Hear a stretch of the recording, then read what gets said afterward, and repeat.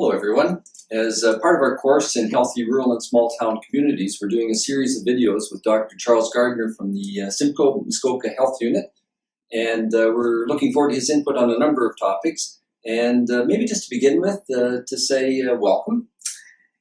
It's really good to be here, and you're welcome to our health unit. Yeah, thank you.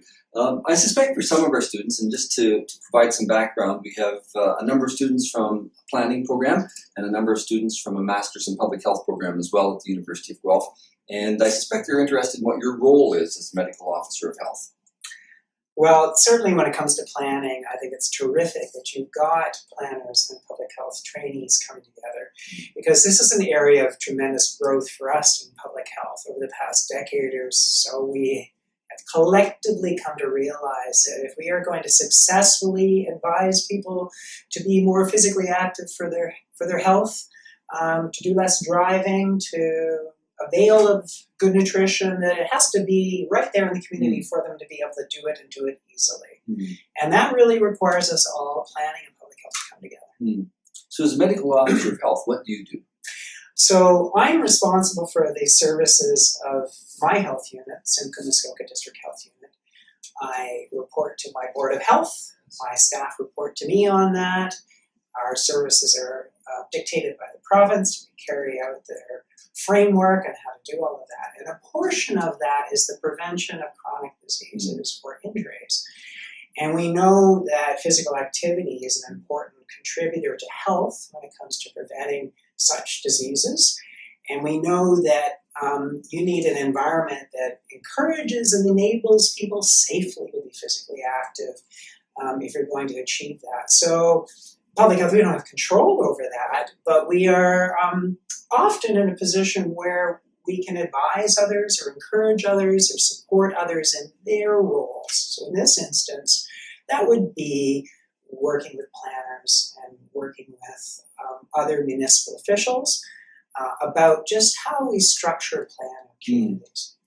So you're interested in healthier communities, and flows out of that background and interest in public health in general, of course.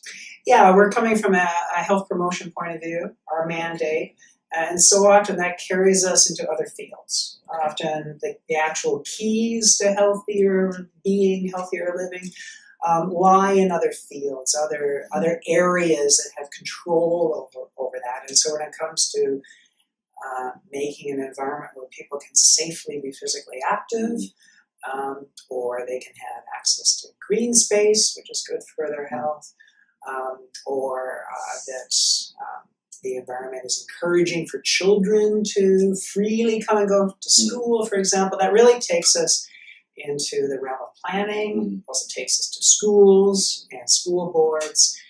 Like many things, it takes us to other realms. What is interesting, of course, our program in planning at the University of Guelph is focused on rural communities. I think those students who are in the Master's in Public Health program at Guelph will have an affinity for rural communities as well. Why do you think it's important to bring rural lens to this issue of healthy communities?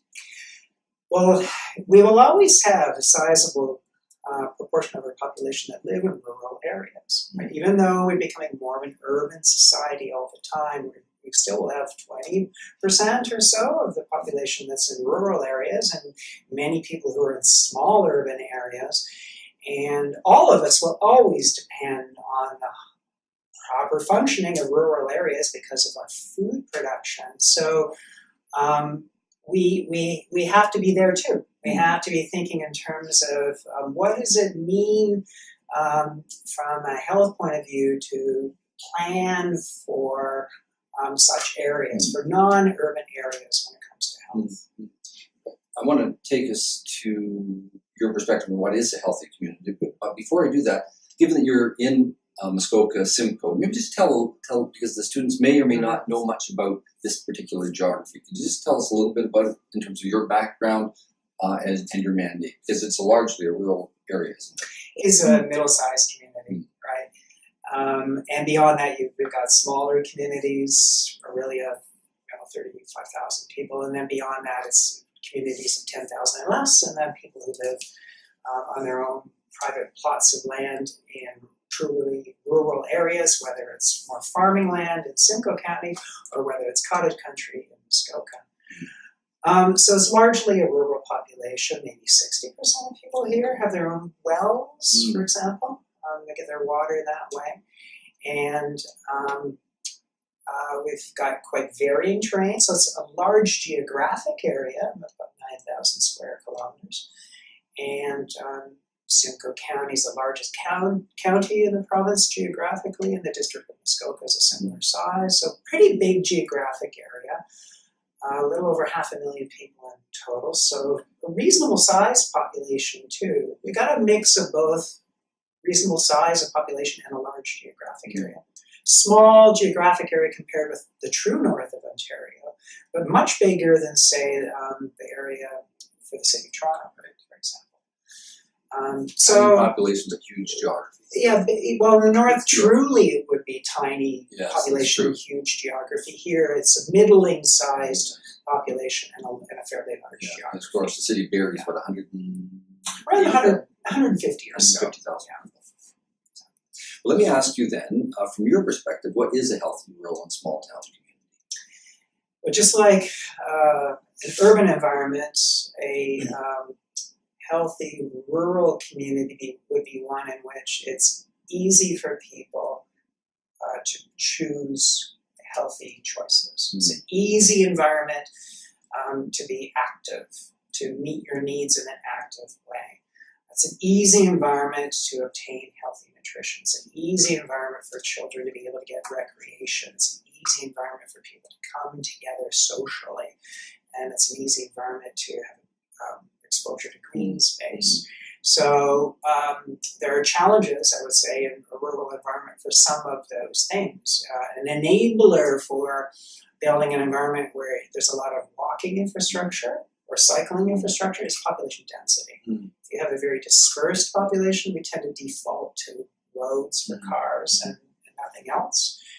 And so many people in rural places will live on a highway, and it'd be very hard for them to simply go out and walk. You need to look at how do you overcome those challenges in a more rural location. Can you do that by ensuring that the towns and villages you have are more compact in design, that would enable the walking, cycling infrastructure, would enable a good grocery store, good farmers markets, would enable access to local food, excellent, high quality, fresh produce.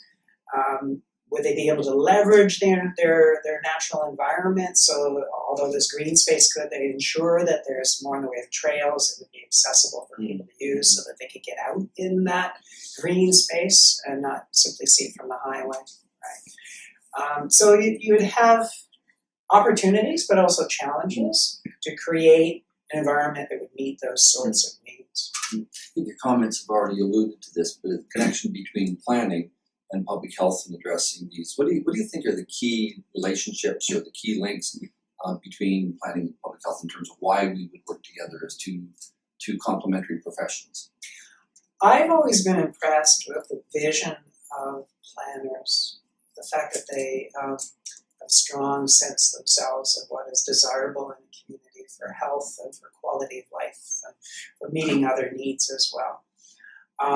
I think what we have to offer in public health is that we can bring a voice of support to achieving those things, and we can bring health-related evidence to support that, so that if through the planning process there is opposition to creating environments that are healthy, that planners would be supported with the data that shows that these changes are needed to meet the health needs of the population. So public health is well positioned to be able to create that kind of evidence, to obtain that kind of evidence, to communicate the evidence, to come and speak to the evidence. I'm just add that in my experience as a practicing planner as well, how valuable it has been at points in my career to have the perspective of public health at the table, because I really think that there's a credibility that's recognized when we start to talk about health issues, and what the health units bring to that discussion, I think, is a key thing that also contributes to that linkage.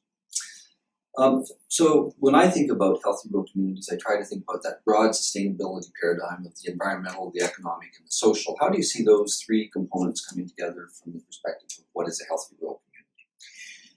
They come together in many ways. We often speak of the social determinants of health, so that is economic by its nature. One of the great enablers of health is actually income. People need a job, a good job, as an enabler for health. It's very hard to be healthy if you don't have a good income, a good job.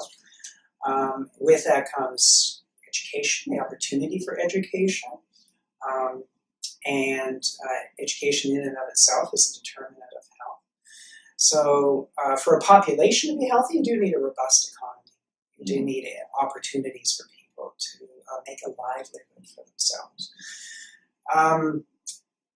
The environment is the ultimate foundation of life and of our health. We do need a sustained environment. And more we become aware of climate change as an issue that we need to be looking at as a public health community. Looking at the evidence and making the evidence known about its impacts now and into the future to help with planning for a changing environment and to help plan for a reduced carbon footprint for our communities, to do our part with climate change mitigation. We've known from the past, Ontario's century ago past, that deforestation can undermine the economy, can undermine health, can make it very difficult for to sustain conditions that are necessary for us to thrive, right? But we also know that tree coverage, green space is essential for climate change mitigation and adaptation. Important issues for now and the future, but also there's evidence mounting that just simply being in a green space has measurable positive impacts on our health, has measurable positive impacts on our stress levels, on our serum catecholamine levels, our hormonal milieu of our body, on child behavior, child development. So it's important that we enhance the green space within our communities for that reason as well, just for the benefit to people's health.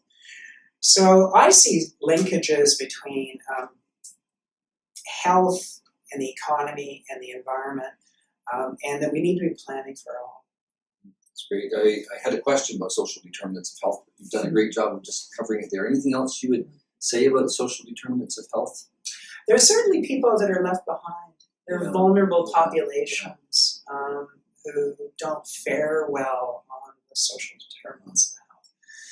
And as an equitable and just society, we need to plan to mitigate that. We need to plan with vulnerable populations in mind. Right? So low-income individuals and families, people who have not had access to education for whatever reason in their lives, or new Canadians often can be challenged that way.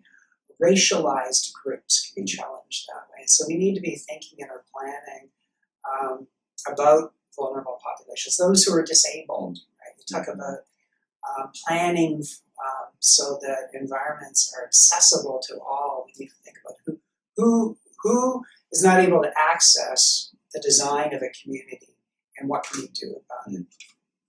Those are great comments. Thank you. This is part of our introductory session on the healthy rural and small town communities. Anything else you'd like to say from an introductory perspective? It's just a terrific topic, and I think it's important that we specifically raise the question of how to plan for more rural locations, because we tend to think more of the urban, right? We tend, if we're not careful, we'll only think of the urban and we'll forget about the rural populations. Thank you very much for those comments. As mentioned, this is part of our introductory session on the healthy rural and small town communities, and we'll be hearing from Dr. Gardner in subsequent sessions with various other topics. So thank you very kindly, and I know the students will very much appreciate your perspective and things, so thank you.